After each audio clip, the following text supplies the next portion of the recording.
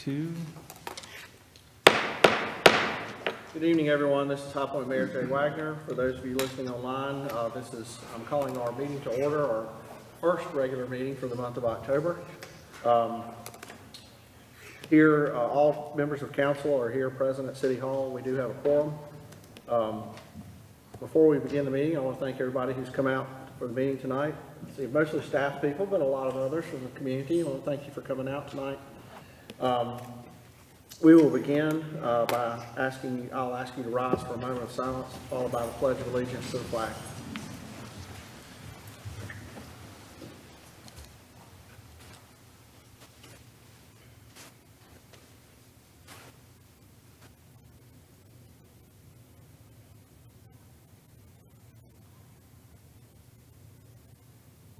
Amen. I pledge allegiance to the flag of the United States of America, and to the republic for which it stands, one nation, under God, indivisible, with liberty and justice for all.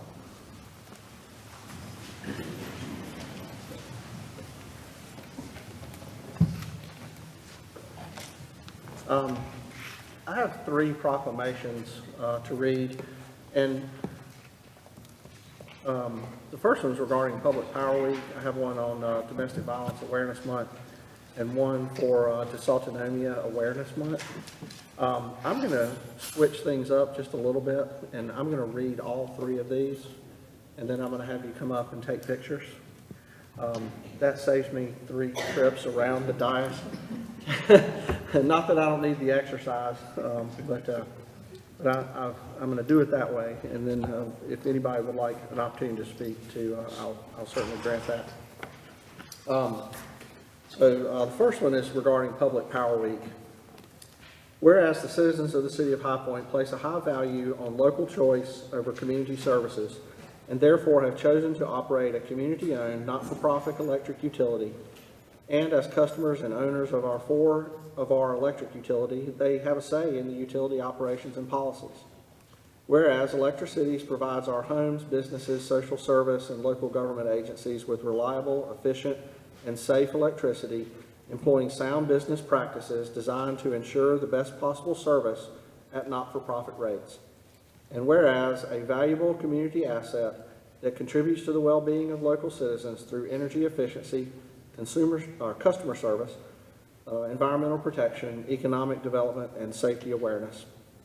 And whereas Electricities is a dependable and trustworthy institution whose local operation provides many consumer protections and continues to make our community a better place to live and work and contributes to protecting the global environment. And whereas our community joins hands with more than 2,000 public power systems in the United States in celebration of public power, which puts our residents, businesses, and the community before profits. Therefore, be it resolved that I, J.W. Wagner, Mayor of the City of High Point, North Carolina, do hereby proclaim the week of October 3rd through 9th, 2022, to be designated as Public Power Week to recognize the people behind public power and their contributions to the community. And I will say that given the storm damage that we had, that was a big night for public power in the City of High Point. Plus, I think we sent a bunch of crews to Orlando to help out with their situation with Hurricane Ian as well down there. It's one of the great things about public power. We help them, they help us when we're in need. So, next is a resolution regarding National Domestic Violence Awareness Month. During National Domestic Violence Awareness Month, we reaffirm our dedication to creating a culture of safety and hope in our community where no one suffers the hurt and hardship caused by domestic violence. We recommit to do everything in our power to uphold the basic human right to live free from violence and abuse and recognize our shared responsibility in ending this pervasive problem. Whereas domestic violence impacts women, men, and children of every age, background, and belief, and is rooted in a pattern of power and control. And whereas the Guilford County Family Justice Center has been a beacon of light during the pandemic, remaining open and assisting individuals in person through coordination among essential services, including advocacy, law enforcement, and civil legal services. And whereas vulnerable children and older adults are impacted at higher levels and it is essential that we participate and support innovative collaborations like the FJC's Pathways and Camp Hope program for children and the FJC's Elder Justice Committee Coordinated Community Response. And whereas, in a community partnership, the FJC has successfully brought together 17 agencies in one place to provide victims with easier access to comprehensive resources. This diverse and unique partnership provides hope and healing to victims of abuse and works diligently to hold offenders accountable. And whereas, by working together, getting involved, and through promoting awareness in this community, we can restore hope, stop the violence, and make our community safer for everyone. Now, therefore, I, J.W. Wagner, Mayor of the City of High Point, do hereby declare the month of October 2022 as Domestic Violence Awareness Month in the City of High Point, and urge our citizens to increase awareness and education of this destructive force, which deeply affects many families in our state and local community each year, and to become part of the efforts to stop violence in families.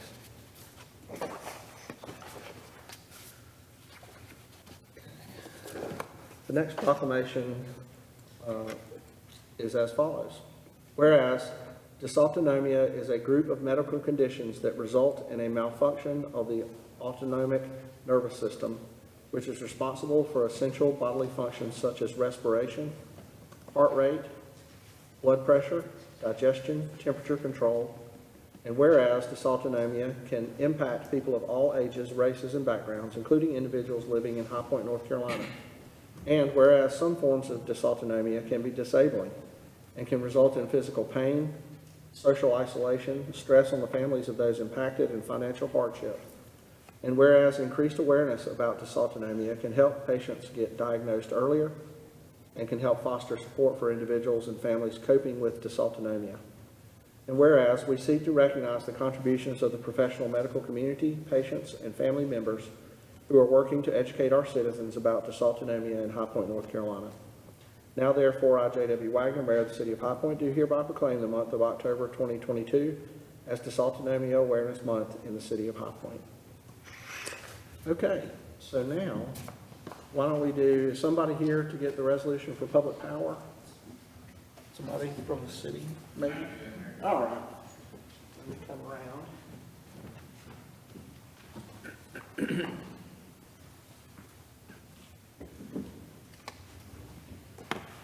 Make sure I got the right one here. Just a question for staff. You do have like the feature where you can kind of blank us out from the background. We make it easy on them.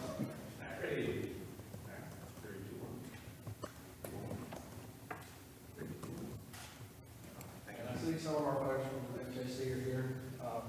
If somebody or all of you want to come up.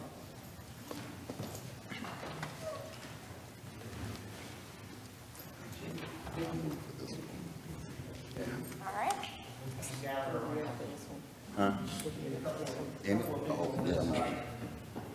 Chris, I think you should be in there too. You work. You just want to be up there too, Chris. Come on down here.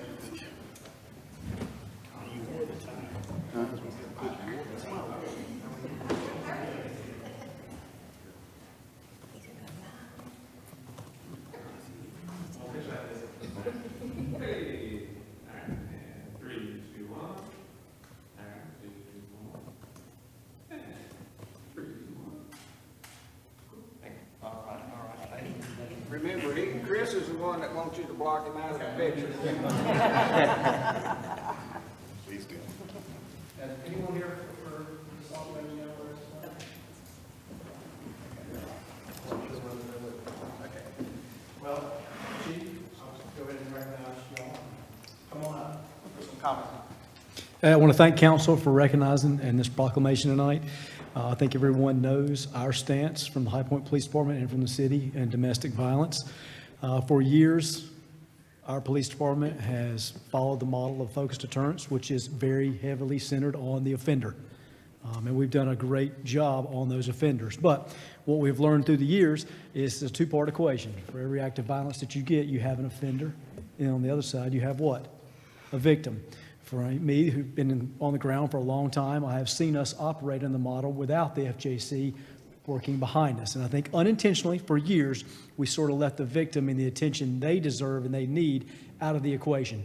But with the advent of the FJC coming to High Point, I cannot tell you the difference it has made in getting the whole connection out there. And it goes bigger than domestic violence, and that's what we're talking about tonight, is all acts of violence and victims, but particularly domestic violence. You know, I think for every one victim that we recognize, I would shudder to think how many we don't come in contact with. I don't know what those numbers are, but I guarantee it's a lot. So I cannot thank the FJC enough for the efforts that they put forth. They make us whole from the law enforcement side. Again, it's a two-part equation. So Catherine and your staff, we thank you very much for the efforts that you do on every single day basis. It takes a special person to do your job, and we appreciate you very much. Thank you. Thank you, Chief. Actually, just 2 weeks ago, Chief and I presented at the North Carolina Statewide Family Justice Center Conference. And last week, I was at the FJC Leadership Conference, and Chief's name was said again and again and again for his exceptional leadership of the police department and his work with our team at the Family Justice Center. I have a couple partners. We have Children's Law Center, Family Justice Center staff, High Point Police, and Family Service of the Piedmont all work there and have big teams there. So I'll invite everybody. It's who can get down here, and there were clients still in the building when I walked in the door. But we opened in 2018, and thankful for Councilmember Williams' leadership on our steering committee. And I ran the numbers right before I came over here, and over 17,000 people have visited the Family Justice Center in High Point, and that includes 37 that came in last Monday. So when we think about the impact,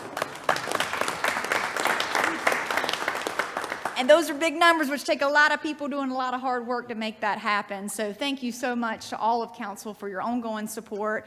Thank you, Chief, for your support, and to all those who work each and every day on the front lines to ensure that when someone comes in, on average, they work with 5 agencies on their first visit. And it would be impossible to work with 5 agencies in one day, and we can make that happen in about 3 hours. So we're doing really good things. If you haven't visited us, we're always welcome to visitors and sharing our story, because domestic violence is on all of us. So thank you so much. Thank you. I'd like to also mention that Catherine, she's the director, but she chose to come to High Point, even though Greensboro's having the, yeah, go ahead. I told Councilmember Williams I was going to say this. So the city of Greensboro changed their meeting to tonight. And what's unique about this proclamation is it's read by the city of Greensboro, the city of High Point, and the commissioners read it on Thursday. So I had to choose between the city council of Greensboro and the city council of High Point, and here I am in High Point tonight. Woo, yeah.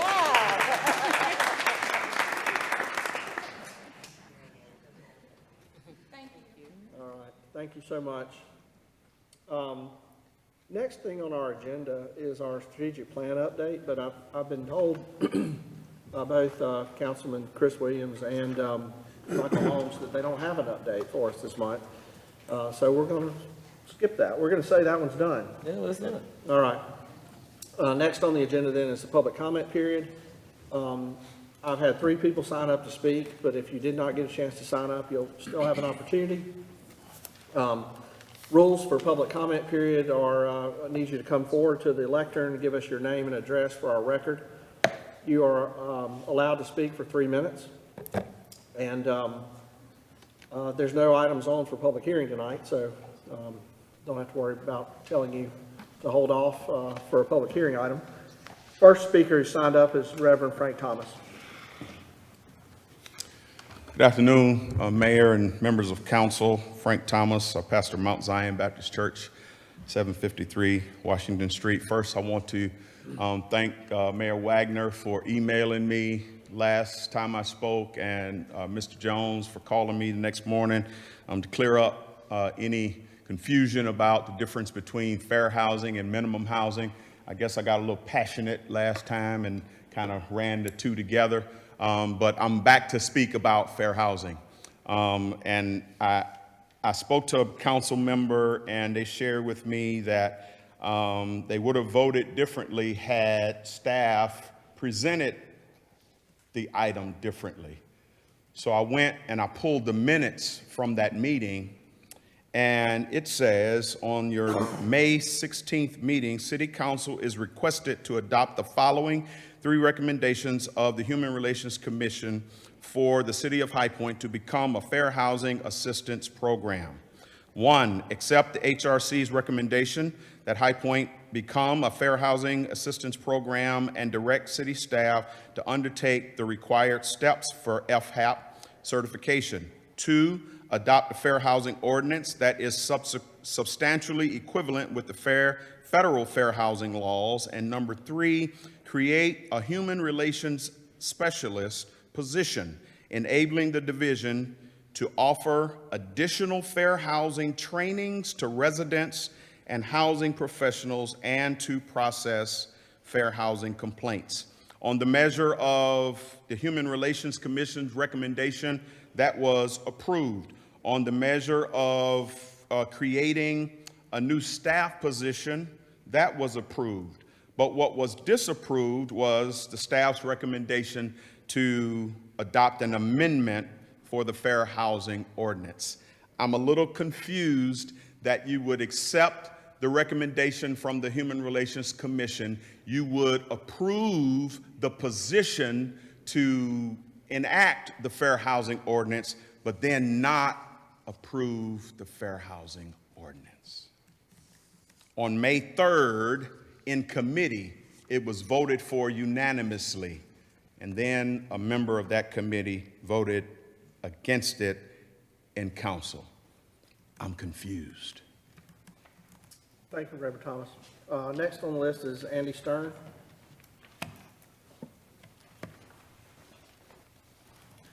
Good evening. My name is Andy Stern. My address is 524 Miltwood Drive in Greensboro. And today I'm here as co-chair of the Fair Elections Roundtable of the League of Women Voters of the Piedmont Triad.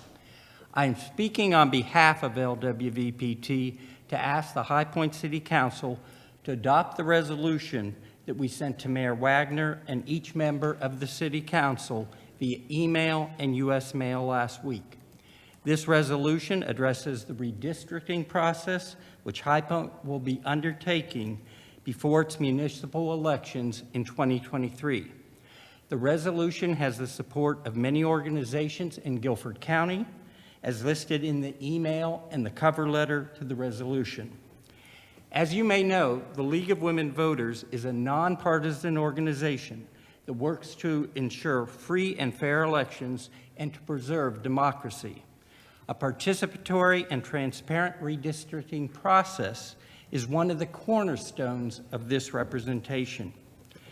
The resolution requests that the High Point City Council commit to adopting an open and transparent redistricting process that includes firm timelines adopted well in advance, prompt communications of draft plans, including through posting on an accessible website and publication in local news outlets.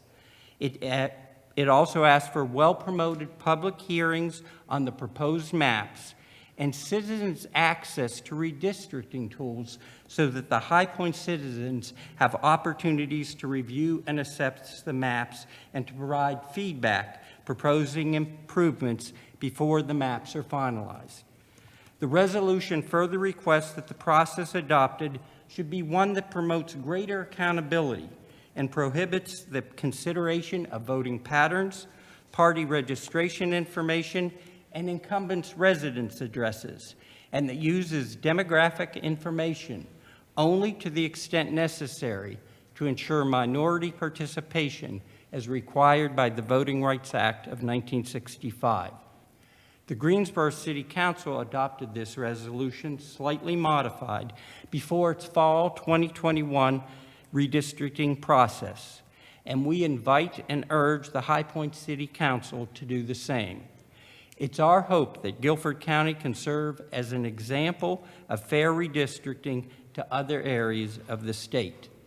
Thank you for your consideration of our resolution and the opportunity to speak to this evening.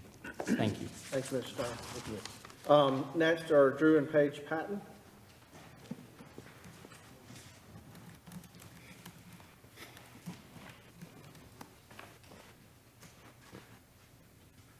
My name is Drew Patton, and I live at 822 Quaker Lane.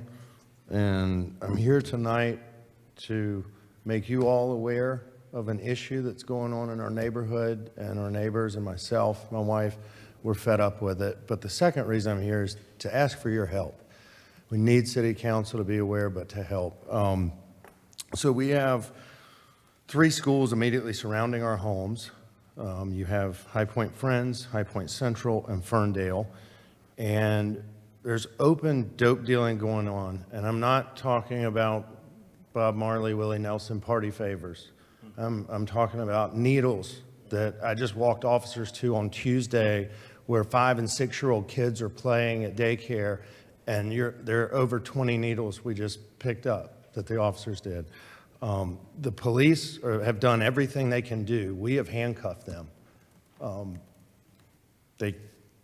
We have to catch them in the act. They tell us to call, and every time we call, they get there and the deal's done. And I've got photographic evidence. I've photographed the dealer's car. I know the dealer's car's tag's expired. I know it's registered less than a mile from this building. And those cops can't do anything. Now, why? Why can the cops not go arrest that dealer, pull him over on an expired tag? Why can't they send an undercover unit outside of our home? They're trespassing every time they come through to buy the dope and then go home to use it.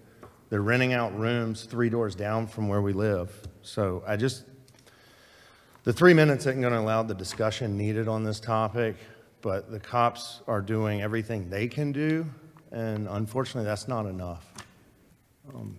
Thank you. Thanks, Mr. Patton.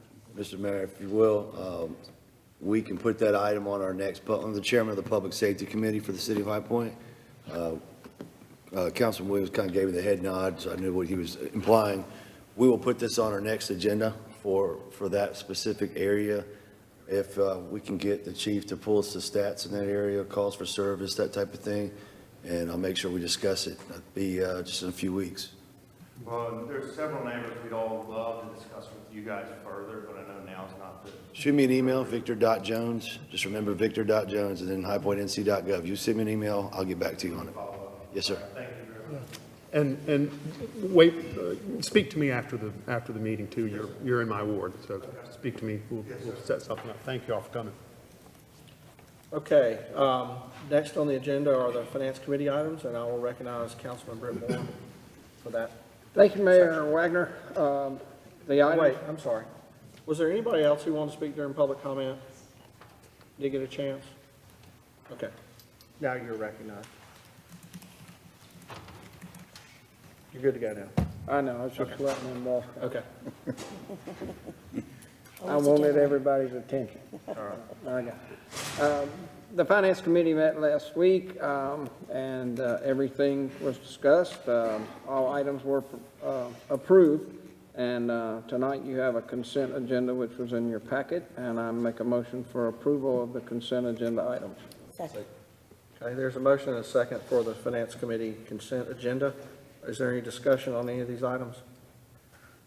Okay, hearing none, all those in favor, please signify by saying aye. Aye. Is there anyone opposed? Okay, that motion passes unanimously. That's all, Mayor. Thank you. Next on the agenda are our Prosperity and Livability Committee items. I think there's one item, and I'll recognize Councilmember Hudson. Thank you, Mr. Mayor. We have our finance staff here to give us a report on updates on our 2019 bond projects. And I believe a little information on how to navigate the website as well. Yes, sir. Thank you, Councilman Hudson, and good evening to you, Mayor Wagner, and members of the City Council. I just have a few short slides, and this is for information purposes only. Thank you, Ryan. Steve Haverlick, Budget and Performance Manager within the Financial Services Department. We're just going to kind of show you some reasoning and kind of our thought process with putting together a 2019 bond project tracking website, and then staff are here to answer any questions specifically about the projects from the 2019 bond projects. And so our initial purpose was to provide information and status updates on the projects that were funded from the 2019 bond referendum and provide consistent status updates to these projects. So the Budget Evaluation Division was tasked with coordinating a website that would track these bond projects. We talked with the departments who oversee these projects to get project information and status updates, and then we provided that information to our marketing division to create separate web pages for each bond order category, and those categories are housing, streets and sidewalks, and parks and recreation. The information we were hoping to showcase are the project description, the budgeted amount, the amount spent or committed, and also status updates. And status updates, the plan is to update quarterly, or if there were a phase change. For example, if we were in the engineering phase and then council awarded a construction contract, we would want to get that on this bond tracker as soon as possible, so those who are kind of looking in for the status of these projects would know that, you know, we're into this next major phase. What we'll be showing you today that's currently live on the city's website is our updates as of June 30th, 2022. The end of the quarter just happened, and so hopefully by the end of October, we'll have the next status updates up. And so this is the URL that if you just clicked would take you to it, but we've kind of loaded it just to showcase where you can navigate it from the city's website. First, I'll note that there was a question during Prosperity and Livability Committee about if you Googled it, where it would come in the search engine, and it wasn't showing up at that time, but the marketing division was able to update the keywords or whatever you need to do to get that search engine optimization. And so if you type in City of High Point bonds, it does show up as the top result. And so thank you to Ryan and his team on that. This is the main cover page of the city website. Marketing has the bond tracker there at the bottom. Other ways to find it, if you went here to the I Want To on the Learn About bond projects, and also if you type bond projects into this search, it would also come up. And so just kind of quickly go through them if I can. There we go. And so initially we have a summary page which shows just a little bit of background on the 2019 bonds totaling $50 million, the amounts for each category, and then we have separate pages for each. And so on the Parks and Recreation, the two projects, the Senior Center. So as I noted, we have a project description, the amount budgeted, how much has been spent or committed to date or as of the last status update, and also a status of kind of where we are. And so for that project, the site selection process has begun. We also have renderings. Obviously, these pictures, as that project gets further along, will be more real-time updates. You can see that with the Sea Lake Park project, with the construction that's currently in progress. I will note on this project specifically, while it had $9.5 million from the 2019 bond order, it's a much larger project. That $9.5 million is not quite 40% of the current project budget. And so we wanted to note all the other funding sources because there's so much more going on than just what that $9.5 million would do. And so you have that kind of itemized out here, the 2/3 bonds, the bond premium, the interfund loan, and then the Parks and Recreation Trust Fund or PARTIF grant, totaling over $24.5 million. Spent committed also shown there, and also the status update. And again, we'll be updating that toward the end of this month. And then here on the left on the page, you can go to the other categories. And so just quickly, and